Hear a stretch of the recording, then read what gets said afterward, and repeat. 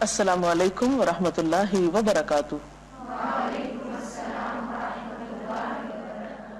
نحمده ونصلي على رسوله الكريم اما بعد فاعوذ باللہ من الشیطان الرجیم بسم اللہ الرحمن الرحیم رب اشرح لي صدری ويسر لي امری واحلل عقدۃ من لسانی یفقهوا قولی۔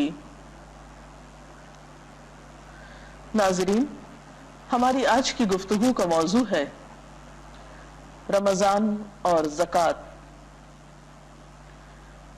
اگرچہ زکوٰۃ کے لیے کوئی مہینہ مخصوص نہیں ہے، ہر صاحب مال اور صاحب حیثیت اور خصوصاً صاحب نصاب شخص کو زکوٰۃ اس وقت ادا کرنی چاہیے جب اس کے مال پر جو واجب الزکوٰۃ ہے 1 سال گزر چکا ہو۔ زکوٰۃ کا حکم نہ صرف یہ کہ امت مسلمہ کے لیے ہے، بلکہ اس سے پہلے کی امتوں کو بھی زکوٰۃ کا حکم دیا گیا۔ قرآن پاک میں اللہ سبحانہ وتعالی بنی اسرائیل کے بارے میں سورۃ البقرہ میں کچھ یوں بیان فرماتے ہیں: وَإِذْ أَخَذْنَا مِيثَاقَ بَنِي إِسْرَائِيلَ لَا تَعْبُدُونَ إِلَّا اللَّهَ وَبِالْوَالِدَيْنِ إِحْسَانًا وَذِي الْقُرْبَى وَالْيَتَامَى وَالْمَسَاكِينِ وَقُولُوا لِلنَّاسِ حُسْنًا وَأَقِيمُوا الصَّلَاةَ وَآتُوا الزَّكَاةَ ثُمَّ تَوَلَّيْتُمْ إِلَّا قَلِيلًا مِّنكُمْ وَأَنتُمْ مُعْرِضُونَ۔ اس کا ترجمہ ہے، اور جب ہم نے بنی اسرائیل سے پختہ عہد لیا کہ تم اللہ کے سوا کسی کی عبادت نہ کرو، ماں باپ کے ساتھ احسان برتو اور رشتہ داروں کے ساتھ، یتیموں اور مسکینوں کے ساتھ نیک سلوک کرو، لوگوں سے بھلی بات کہو، نماز قائم کرو اور زکوٰۃ دو، مگر تھوڑے آدمیوں کے سوا تم سب اس عہد سے پھر گئے۔ تو اس آیت سے پتہ چلتا ہے کہ دیگر احکامات کے ساتھ ساتھ زکوٰۃ دینے کا حکم بنی اسرائیل کو بھی دیا گیا تھا۔ امت مسلمہ پر اس کی فرضیت کے بارے میں قرآن پاک میں آتا ہے: وَأَقِيمُوا الصَّلَاةَ وَآتُوا الزَّكَاةَ وَأَطِيعُوا اللَّهَ وَأَطِيعُوا الرَّسُولَ۔ قرآن و سنت کے مطالعے سے یہ بات پتہ چلتی ہے کہ زکوٰۃ اسلام کی بنیادی ارکان میں سے ایک اہم رکن ہے۔ قرآن پاک میں 82 مقامات پر نماز کے ساتھ زکوٰۃ کا حکم پایا جاتا ہے۔ نبی صلی اللہ علیہ وسلم نے فرمایا: بنی الاسلام علی 5، اسلام کی بنیاد 5 چیزوں پر ہے: شہادت اللہ الہ الا اللہ وان محمد الرسول اللہ واقام الصلاۃ وایتاء الزکاۃ والحج وصوم رمضان۔ آپ صلی اللہ علیہ وسلم نے فرمایا، اسلام کی بنیاد 5 چیزوں پر ہے: اس بات کی گواہی دینا کہ اللہ کے سوا کوئی معبود نہیں اور محمد صلی اللہ علیہ وسلم اللہ کے رسول ہیں، نماز قائم کرنا، زکوٰۃ دینا، حج کرنا اور رمضان کے روزے رکھنا۔ بخاری کی ایک اور حدیث میں حضرت جریر بن عبداللہ رضی اللہ تعالی عنہ سے روایت ہے کہ میں نے نبی صلی اللہ علیہ وسلم سے نماز قائم کرنے، زکوٰۃ دینے اور ہر مسلمان کی خیرخواہی کرنے پر بیعت کی، یعنی انہوں نے اس فریضے کو ادا کرنے کے لیے آپ سے عہد کیا۔ حقیقت یہ ہے کہ اسلام میں زکوٰۃ کا نظام معاشرتی بھلائی کے لیے ہے۔ رمضان کا مہینہ شہر المواسات ہے، انسانوں کے ساتھ ہمدردی اور خیرخواہی اور بھلائی کرنے کا مہینہ ہے۔ اس ہمدردی کے کئی طریقے ہو سکتے ہیں، لیکن ہمدردی کرنے کا بہترین طریقہ اپنے فرائض کی ادائیگی بھی ہے۔ اللہ تعالیٰ نے صاحب حیثیت مسلمانوں کے مال میں فقراء کا حق رکھ دیا ہے اور اس کے بہت سے فائدے بھی بتائے ہیں۔ سب سے بڑا فائدہ تو یہ ہے کہ اس کی بدولت انسان آخرت کے سب سے بڑے امتحان میں کامیاب ہوتا ہے۔ قرآن پاک میں اللہ تعالیٰ فرماتے ہیں ان الذین آمنوا وعملوا الصالحات واقاموا الصلاة وآتوا الزکاة لہم اجرہم عند ربہم ولا خوف علیہم ولا ہم یحزنون۔ جو لوگ ایمان لائیں اور نیک عمل کریں، نماز قائم کریں اور زکوٰۃ ادا کریں، ان کے اجر ان کے رب کے پاس ہیں، ان کے لیے نہ کوئی خوف ہوگا اور نہ ہی وہ غمگین ہوں گے۔ اسی طرح بخاری کی ایک روایت میں آتا ہے کہ ایک اعرابی نبی صلی اللہ علیہ وسلم کی خدمت میں حاضر ہوا اور کہنے لگا، اے اللہ کے رسول صلی اللہ علیہ وسلم، مجھے ایسا عمل بتائیے جسے کرنے سے میں جنت میں داخل ہو جاؤں۔ تو اس پر آپ نے فرمایا، اللہ تعالیٰ کی عبادت کرو اور اس کے ساتھ کسی کو شریک نہ کرو، فرض نماز ادا کرو، فرض زکوٰۃ ادا کرو، رمضان کے روزے رکھو۔ اس نے کہا، اللہ کی قسم میں اس سے زیادہ کچھ نہ کروں گا۔ جب وہ شخص واپس ہوا تو آپ نے فرمایا، جسے جنتی آدمی دیکھنا پسند ہو وہ اس شخص کو دیکھ لے۔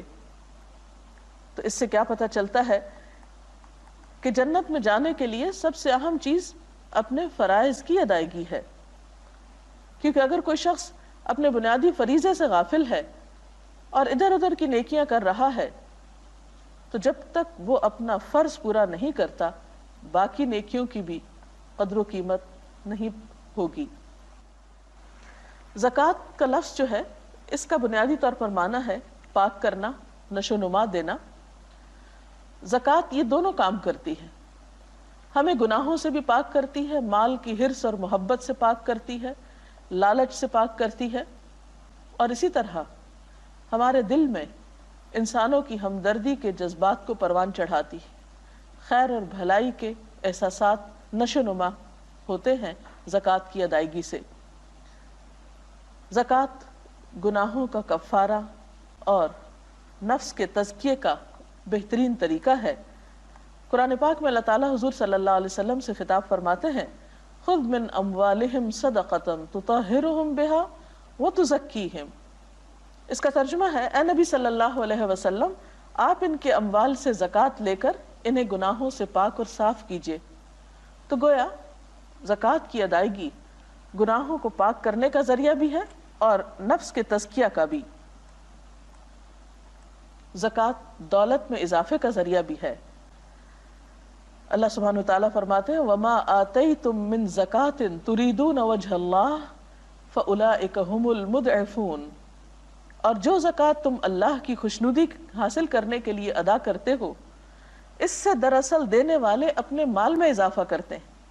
جیسا کہ ایک اور حدیث سے ہمیں پتہ چلتا ہے کہ آپ صلی اللہ علیہ وسلم نے قسم کھا کر یہ بات فرمائی کہ صدقہ دینے سے مال کم نہیں ہوتا۔ اسی طرح قرآن پاک کی گواہی ہے اس بات پر کہ زکوٰۃ ادا کرنے سے مال کم نہیں ہوتا، بلکہ زکوٰۃ ادا کرنے والے دراصل اپنے مال میں اضافہ کرتے ہیں۔ سوچنے کی بات یہ ہے کہ دینے سے اضافہ کیسے ہوتا ہے۔ زکوٰۃ کی حیثیت دین میں ایسے ہی ہے جیسے بدن میں خون کی حیثیت۔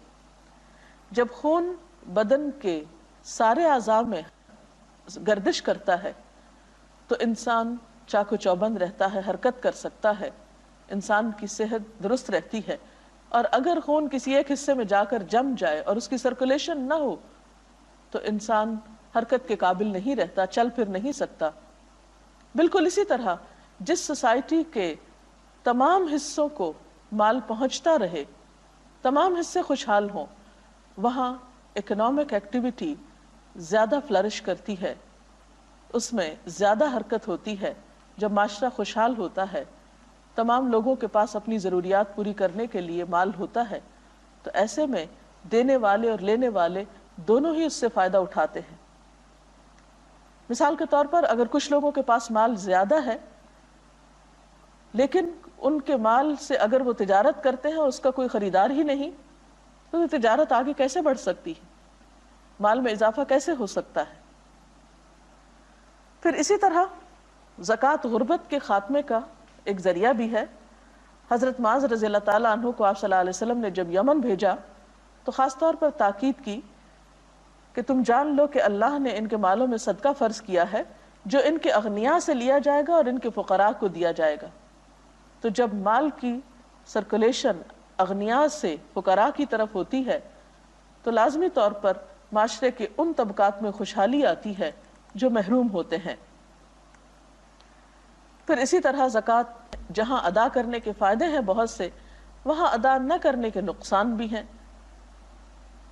پہلی بات تو یہ کہ قرآن پاک میں زکوٰۃ نہ دینے والوں کے لیے ہلاکت کا پیغام سنایا گیا۔ فرمایا وَوَيْلٌ لِّلْمُشْرِكِينَ الَّذِينَ لَا يُؤْتُونَ الزَّكَاةَ وَهُمْ بِالْآخِرَةِ هُمْ كَافِرُونَ، تباہی ہے ان شرک کرنے والوں کے لیے جو زکوٰۃ نہیں دیتے اور وہ آخرت کے منکر ہیں۔